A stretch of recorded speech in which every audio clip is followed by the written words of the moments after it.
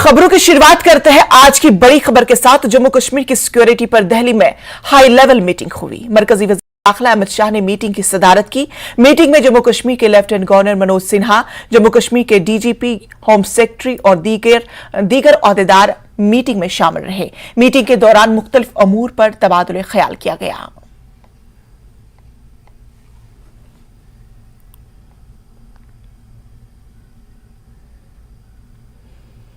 कश्मीर में G20 की meeting पर पाकिस्तान ने ऐतराज जताया है, जिस पर हिंदुस्तान ने पाकिस्तान को करारा जवाब दिया। न्यूज़ 18 के सवाल पर वजारत खारजा ने कहा कि जम्मू कश्मीर हिंदुस्तान का अटूट हिस्सा है। आइंदा माह श्रीनगर में होगी G20 की मीटिंग। इस ज़िम्न में पूरे मुल्क में मीटिंगों का दौर जारी है।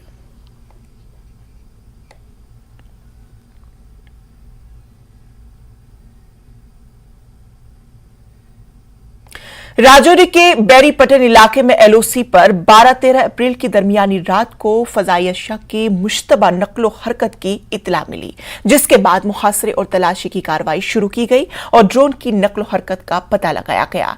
मकामी अफराद ने फौज और पुलिस को इतला दी। सिक्योरिटी फोर्सेज ने ड्रोन बरामद कर लिया। शुबा जाहिर किया जा रहा है कि ड्रोन किसी दरख्त या पहाड़ से टकराने के बाद गिर गया। एलओसी के तकरीबन 2-3 किलोमीटर की दूरी पर ड्रोन पाया गया। इन्फेंट्री ब्रिगेड में जब पैकेट खोला गया तो उसमें से 2 लाख रुपए हिंदुस्तानी करेंसी, 131 राउंड्स, 5 मैगजीन, 5 स्लिंग पाए गए।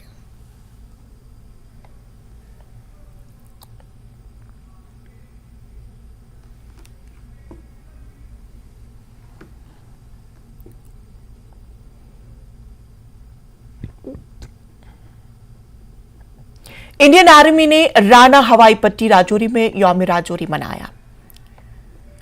Station commander RD brigadier Rajouri ने शहदा को खराज अकीदत पेश किया। 13 अप्रैल 1948 को राजौरी के बहादुर शहरियों की मदद से इंडियन आर्मी की बहादुराना कार्रवाई से राजौरी को दरअंदाजों से आजाद कराया गया था। राजौरी डे पर हर साल फौजी और सिविलियन बहादुरों को खराज अकीदत पेश करने के लिए मनाया जाता है, जिन्होंने राजौरी को आजादी के लिए अपनी जानें निछावर की। ब्रिगेडियर एनवी नंदरुश देशवारा, station commander RD brigadier Rajouri ने पुलिस और सिविल इंतजामिया के मुअज्जिन और राजौरी के शहरियों के साथ इस मौके पर राजौरी के हीरोज को खराज अकीदत पेश किया। इनको प्राप्त करने के लिए हमारे बुजुर्गों ने, माताओं बहनों ने कितनी कुर्बानियां दी, कितने ऑफिस लेंगे। जब पूरा देश आजाद हुआ था तो दीपावली का दिन था, यहाँ पर खून की होली खेली जा रही थी। राजौरी में पाकिस्तानी सेना कवालियों के रूप में यहाँ पर आई, आक्रमण किया और हमारे लोगों को शहीद करने की कोशिश की, मगर हमारे लोगों ने जान की परवाह ना करते हुए उन्होंने ये लोहा लिया उनसे कि हम दुश्मनों के हाथों से शहीद नहीं होंगे। कुछ लोगों ने तो आत्महत्या कर ली और कुछ लोगों ने पूरा डटकर उनका मुकाबला किया। तो आज उनको सिमरन करने का दिन है। आज गुज्जर मंडी चौक में जो यहाँ पर वार मेमोरियल बना हुआ है, आज हम वहाँ पर श्रद्धांजलि देते हैं, उनको याद करते हैं कि अगर उन्होंने इसके लिए संघर्ष किया, आज हमें ये दिन प्राप्त हुआ। ये हर बार ऐसा इंडियन आर्मी यहाँ पर करती है।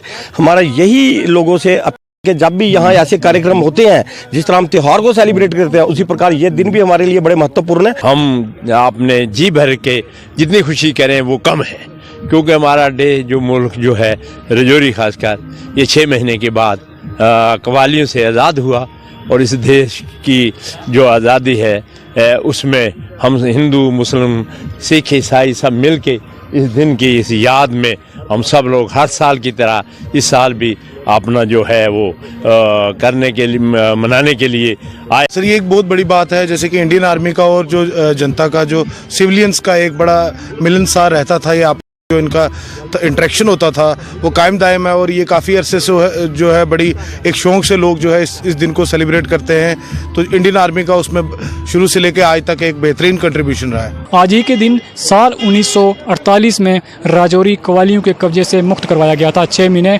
कवालियों के कब्जे में रहने के बाद राजौरी को आज के दिन आज़ादी मिली थी। तब से लेकर आज तक इस दिन को सेना मनाती चली आ रही है। न्यूज़ 18 के लिए राजौरी से मैं शक्ति शर्मा। पुंछ की ताजियती इजलास में एक अलमनाक हादसा पेश आया। कंथीर गांव में मकान गिरने के नतीजे में 35 खवातीन जख्मी हो गई। जख्मियों को अस्पताल में दाखिल किया गया। दरअसल कंथीर में जाकिर हुसैन की बेटी की मौत वाक़ई हुई थी और वहां लोगों की बड़ी तादाद बिलखुसूस खवातीन जमा थी।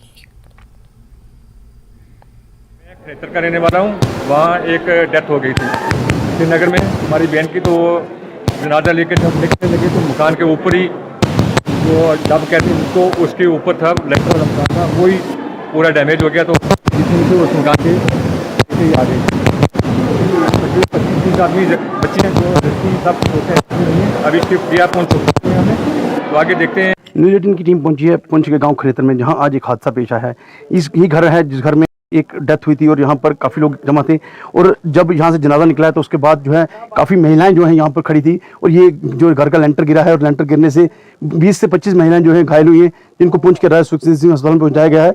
और यहाँ ये देख सकते हैं कि एक जो है लेंटर काफ़ी कमज़ोर लेंटर था और जिस पर काफ़ी अधिक संख्या में महिलाएँ थी, जिसके कारण ये घर गिरा है। और ये जो आप देख सकते हैं कुर्सियाँ भी टूटी पड़ी है, नुकसान हुआ है।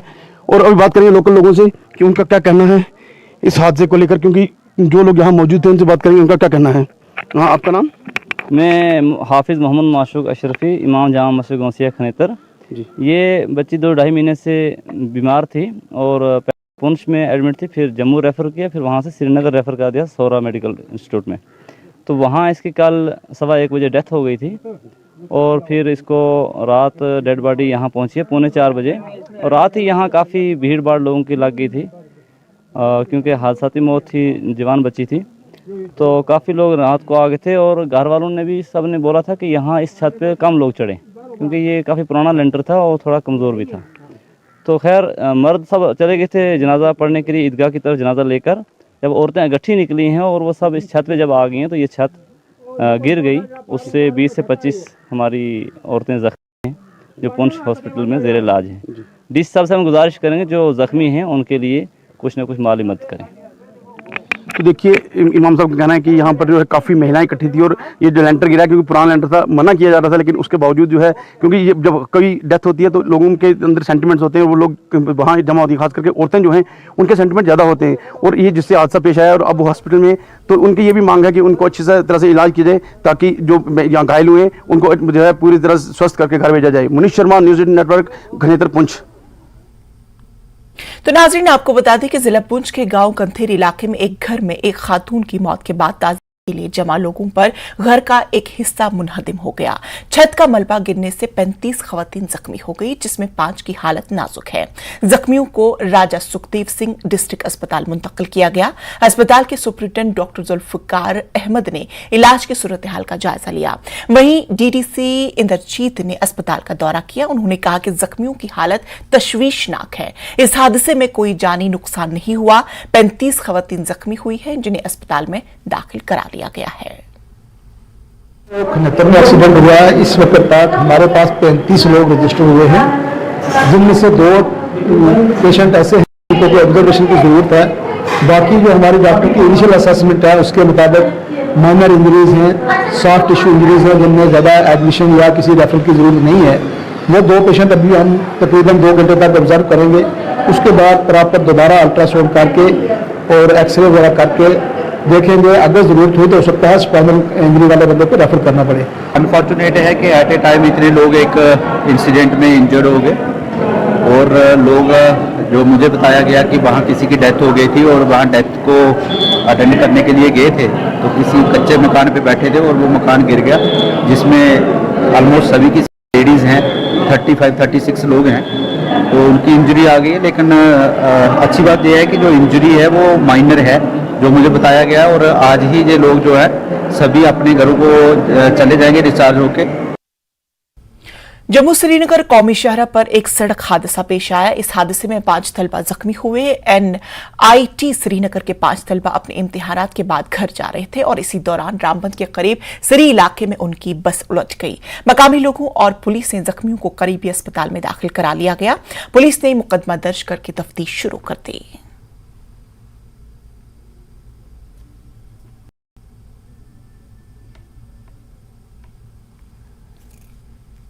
साढ़े है ना इंजीनियरिंग स्टूडेंट NIT श्रीनगर से आ रहे थे। अच्छा, तो कहाँ जा रहे थे आप? हम लोग सेमेस्टर एग्जाम जैसे खत्म हुआ तो घर जा रहे थे। अच्छा। जम्मू से सारे अपना है ना वहाँ पे जिसका जितना टाइमिंग था ट्रेन वहाँ से। अच्छा, तो यहाँ रामबन में एक्सीडेंट हो गया है? हाँ। तो सभी लोग सेफ है अभी? हाँ, सब सेफ है। सिर्फ है ना 2-3 का चोट लगा है। अच्छा, तो उनको शिफ्ट किया हॉस्पिटल? हाँ, जैसे कि विंडो के पास जो था। वज़ीर-ए-आज़म नरेंद्र मोदी ने वीडियो कॉन्फ्रेंसिंग के जरिए सरकारी महकमों में भर्ती होने वाले तकरीबन 71,000 बेरोजगार लोगों में तकर्रुरी के कागजात तकसीम किए। इस मौके पर पीएम मोदी ने कहा कि मरकजी हुकूमत एक साल में तकरीबन 10 लाख नौकरियां फराहम करने का फैसला किया है, जिसके तहत गुज़श्ता साल 22 अक्टूबर को पहला रोजगार मेले में 75,000 सरकारी नौकरियां दी गई। उन्होंने कहा कि रोजगार के नए सेक्टर खुल रहे हैं। हिंदुस्तान में फौजी साजो सामान तैयार किए जाएंगे। इसके जरिए रोजगार के नए मौके पैदा हो रहे हैं। पीएम मोदी ने जम्मू के मुंतखब उम्मीदवारों में तकर्रुरी नामा तकसीम किया।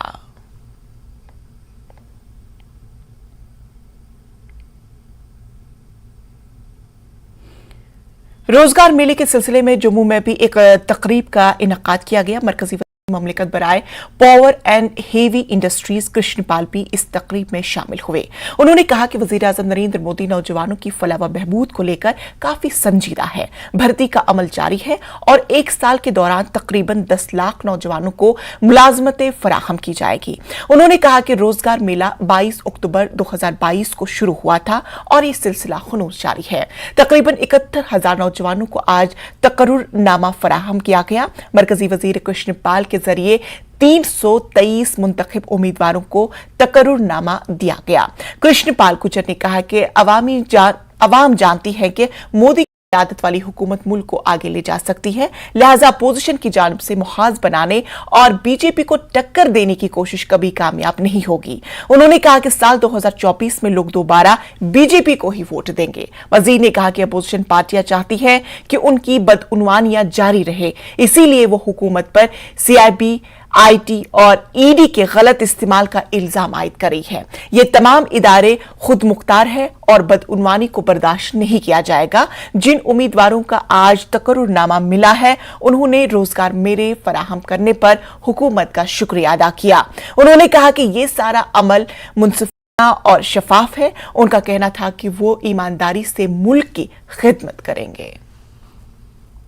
अपनी काबिलियत से, अपने कार्यों से देश को आगे बढ़ाने में, देश की प्रगति कराने में ये अपना अपना योगदान देने वाले हैं। यही आज प्रधानमंत्री जी ने कहा है।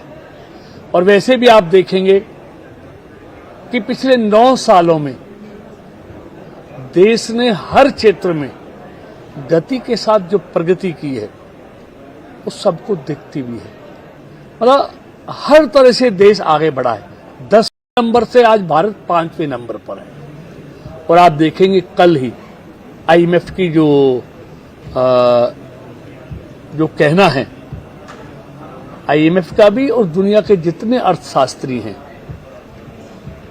इकोनॉमिस्ट हैं, सबका ये कहना है कि आने वाले 5 साल में भारत जर्मनी और जापान को भी पीछे छोड़ते हुए दुनिया की 3 सबसे बड़ी आर्थिक शक्तियों में से एक होगा। मोदी जी वो फैसले ले रहे हैं जो देश हित में है। और वो कहते हैं कि ये ताकत मेरी नहीं है, ये ताकत इस देश के 130 करोड़ लोगों की है, जिन्होंने मुझे ये फैसले लेने की क्लियर मेजोरिटी की ताकत दी। इसलिए मैं फैसले कर पा रहा हूं। आज भारत किसी के दबाव में नहीं आता, लेकिन मोदी जी ने पहले कहा संकल्प से सिद्धि। उनके हर कार्य में संकल्प होता है और उसको सिद्धि तक पहुंचाते हैं। और समय पर कार्य करना ये मोदी सरकार की नीति में है। तो इसलिए विपक्ष के पास कहने के लिए कुछ नहीं है। तो मेरी लास्ट ईयर की ग्रेजुएशन कंप्लीट हुई है और मैंने 6 महीने लगाकर पूरी डिटर्मिनेशन के साथ तैयारी की थी, तो मैं आज सिलेक्ट हो गया उसमें। तो अभी मैं आगे भी तैयारी कर रहा हूँ साथ ही साथ इसके। मैं जेके गवर्नमेंट बैंक में एज ए ऑफिसर सिलेक्ट हुआ हूँ। जो प्रोसेस था वो ट्रांसपेरेंट प्रोसेस था, कोई इसमें करप्शन कोई कुछ नहीं था, बिल्कुल ट्रांसपेरेंट प्रोसेस था। और मैं बहुत धन्यवाद कर सकता हूँ गवर्नमेंट ऑफ इंडिया का प्रोसेस के लिए ट्रांसपेरेंट रहा था। ये यहाँ पे रेलवे में as a senior collector appointment मिला है मुझे। यहाँ पे बहुत अच्छी फैसिलिटी इन्होंने दी है और अपॉइंटमेंट को बहुत स्पीड से लास्ट में इन्होंने प्रोसेस बहुत जल्दी किया है। और जहाँ पे मुझे पोस्टिंग दी है डीआरएम में, तो वहाँ पे फैसिलिटी एनवायरनमेंट, वहाँ के लोगों का एनवायरनमेंट बहुत अच्छा रहा है। ईरान के आलमी शोहरत याफ्ता कारी आकिया एहसान बयात हमदानी ने जामिया मस्जिद श्रीनगर में कुरान मजीद की आयात की अपनी मशहूर कुन आवाज में कुरात करके बांध दिया। कारी आकिया एहसान बयात हमदानी वादी के दौरे पर है। शहरु रमज़ान अल्लज़ी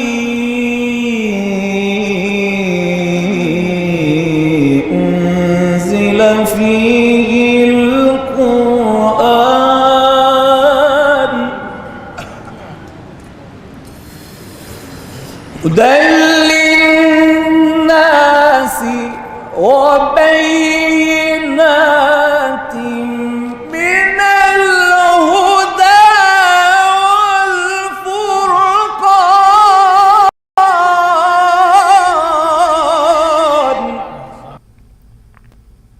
नाजरीन, खबरों का सिलसिला जारी रहेगा, लेकिन फिलहाल रुकेंगे एक छोटे से वक्फे के लिए। News 18 network